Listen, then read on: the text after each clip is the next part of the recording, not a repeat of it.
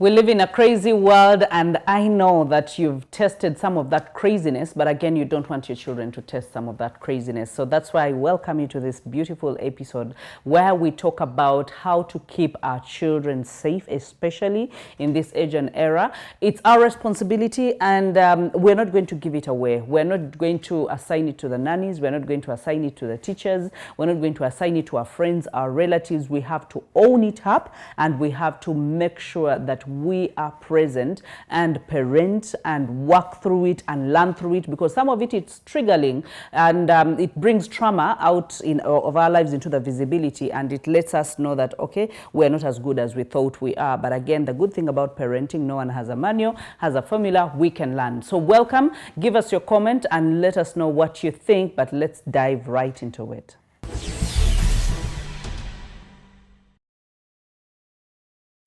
To so many of us, when we talk about children, when we talk about family, when we talk about good times, I know that we can have those nice memories. But again, underneath, some of us have very bad memories, and especially with the westernized kind of sleepovers that we have had, the news and what is happening out there. And I know we've heard of scary stories, but again, the norm keeps going, the culture keeps growing, and some of the parents, you can't help but want a bit of a kid-free time, so that you can also, be to yourself without the kids. But again, where do we send them? And that is where we want to be able to dive into this talk about children, about upbringing, about sleepovers, and most especially about having your children out of your sight into the care of other people that you even don't know much about. I know we're going to get into the meat of that, but in this discussion, we have two amazing people, and as they discuss, I know that you will get to tell how amazing they are. We have Mr Sango, and then we have Mrs Luanga. They are going to explain a little bit about what they do, because they have a detailed, kind of the things that they do. But again, we're going to dive into this. But while we do that, get yourself a cup of hot milk, a cup of water, and come, please fall into our social media platforms. Tell us what you think, because I know this is something that triggers all of us. So while we speak and you feel triggered, please just drop it in the comment. We'll be sure to make sure that we run with you. Yes, so to my immediate right, I have Mr. Sango. Good to have you. Thank you so much. You're right? I am very well. So what do people need to know about Mr. Sango? My name is Barnabas Sango. I am married to a one-wife, Caroline. I have two sons so far. Okay. I do so far. So far. That sounds like a football club that you're planning coming to up. Yeah. So I do work with mainly two organizations. Exploits Fellowship, a ministry that reaches out to young people in universities and institutions of higher learning. And we do this through creativity, things that young people love, but we use all these as just traps. We give them entertainment, we give them fun, but at the end of the day, but at the end of the day, you want them transformed. That's the main theme of all our operations. I also do personal coaching with an organization called Global Entrepreneur Institute. They are based in Ohio, in the United States. So we do it through correspondence with the students about life, about business. So you do coaching, but you're not coaching Ugandans? I do coach Ugandans as well. Yes, I have some students from Uganda. Mostly because it's a global organization, and they are all referrals. So most of them are got from the US, UK, and Africa in general. That's beautiful. That's beautiful. Good to have you. That's a huge one. Yes, Mrs. Luanga. Yes, Hilda. The beautiful Mrs. Luanga. Thank you. So what should we know about you apart from Mrs. Luanga? I know you wear a lot of coats. I do. Sure. And it's good I'm putting on a coat. Yes, my name is Agnes Magomu Luanga. I am married to Jonathan Luanga. We have 4 children, 3 boys and 1 girl. So far? No, we are done. We are done. Why? Yes, we are done. We are done. I am... I've worked in Office of the President for the last 10 years. I retired and got into consultancy, oil and gas. Was working as a communication specialist. And then now I've opened up my own company. It's called Denag Consultancy Firm. We're into training, leadership training, public relations, diplomacy and etiquette training, life coaching. I think that is what we're doing right now for most of us. Yeah. Apart from that, like you said, many courts. I'm a vision bearer of Daughters of Zion, Isaiah 52 from verse 1 to 3. It's a ministry. Yeah, so I do a lot of that. I'm a counselor. I just, I love the Lord. Deep. She's still going. Yeah. You just have to cut her short. Yes, thank you. So about this issue about the children, and I think I want us to get it right from the roots, because we're just not talking about sleepovers, but we're telling parents, keep your children in places where you can see them, where you can nurture them, where you can influence them, because surrounding influences, and it matters who the child is with. But most times, I know the children have to go to school. Yes, they are in school, safe environment. Half the time, we really assess the safety of the environment, take them to school. But again, we know we have nannies at home. Yes, those are within our vicinity.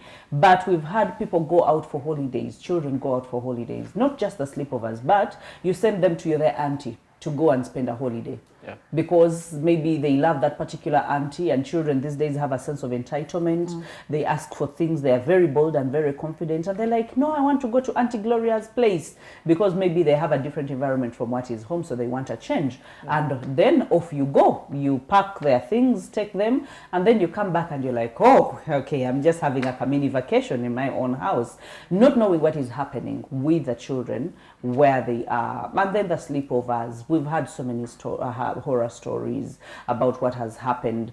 Where do you think we are going wrong as parents? I think from the very first responsibility given to every parent, as I subscribe to the Christian faith, the Bible teaches in Proverbs 22 verse 6, train up a child in the way he should go, and when he's old, he will not depart from it. And so giving away that first assignment that we must train them, and giving it to another person, we first of all do not know what kind of training they'll contribute to that, and they will adopt so many things. They pick up so fast, especially the younger ones, pick up so fast. You said environment. Yes. One of the things we look at in coaching is the power of environment.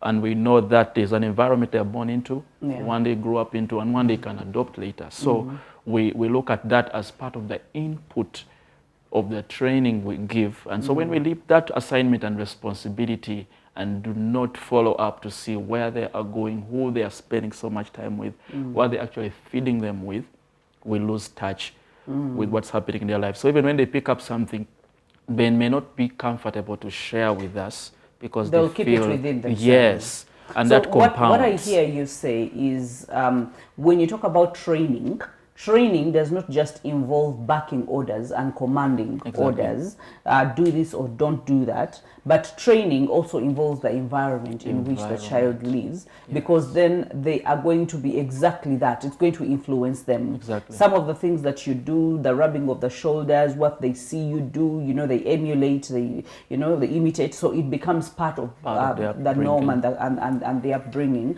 So that is part of the training. Yes. That we have limits, we have boundaries. Yeah. This is your home, this is where you belong. Yeah. Okay? To just add on that, as you're speaking, most of us don't understand what parenting is all about. We think parenting is have children, put them out there. Yeah. You do not know that parenting comes with responsibility. And parenting is not only for the wife. It's also for the father. Because most of us know that the mother is the one who grooms. No, the father plays an equal part in what we call parenting.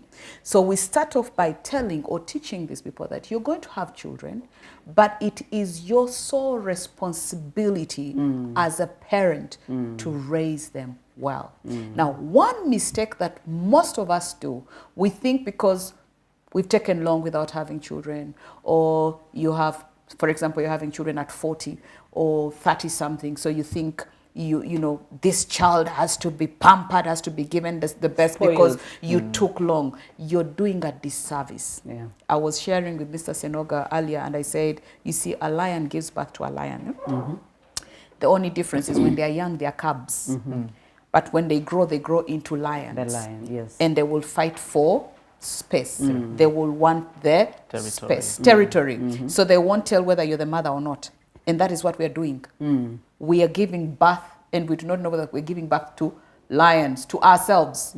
They will grow up and they will demand for their space. And then you begin being so disappointed. And it will not matter who you are and what you say into their lives, because you will cease to matter. It will cease to matter. That's why I'm saying you be a lion. Yeah. You see that, Hilda? Yeah. So what we're doing is we are... Because you let them grow without grooming. It's like letting a tree grow anyhow, and yet you know I can prune the branches. Thank I can be able to tame it so it can grow in such a way, have a shape, and maybe, okay, okay. And so what we're doing is we are teaching our children to have entitlement. Yeah. This entitlement is killing them. Yes. I grew up in a very, very good home, what we call middle-class home. My father was the only child, gave birth to many of us, and we became not just children, but siblings to him. My mother, on the other side, was a vet. I'm giving you examples. My father was an electrical engineer. My mother, a vet doctor. You see that? So someone might say, no, you see, maybe she was a stay-home mother. No, she had an office. She worked in government. Away from home. She was away from home. But one thing she did, she knew as a parent the responsibility of raising her children. She was the tough one. It rubbed so hard on me. I am her only daughter. So I keep on saying God used her to train me to become who I am. Yeah. She did not have an excuse that I am at work. She was a field person. But whenever she was at home, she made sure her children, have they bathed, have they eaten. We had nannies. She didn't leave the soul work to the nannies. That is what we are doing. They are called helpers. They are helping who? They're supposed to help you because you're the main person. Yes. Then you have to have a vision for your home, know exactly what happens, the timetables, and you're supposed to guide them. Yes. But this business of just walking in, oh, go on the Sarah, what from BH? Like you didn't plan. Like you didn't plan for it. You don't even know what your children are going to eat. So how are you going to raise a child? So that means what I hear you say in to sum it up all is we are aloof. As parents. Yes. We are so detached from our homes. So how can you think about the dangers that your children will eventually face if you are even detached in the home itself? What you did, you were like a machine that gives birth. Yes. You gave birth and to whoever it may concern. So while you are aloof, and then both parents in the home are aloof, because when the mother is aloof, the father, because sometimes the mother brings the father to accountability. Yes. They're like, but the children have not seen you, but you're not doing this, but you're not doing this, because she wants her children to turn up all right. So one of the mistakes that we're doing as parents, we are really detaching ourselves. Yes. We are not as connected as our parents were. Yes. They knew when we were sick, they knew what was happening, they knew what you were putting on. But right now, we are leaving all the tasks to other people.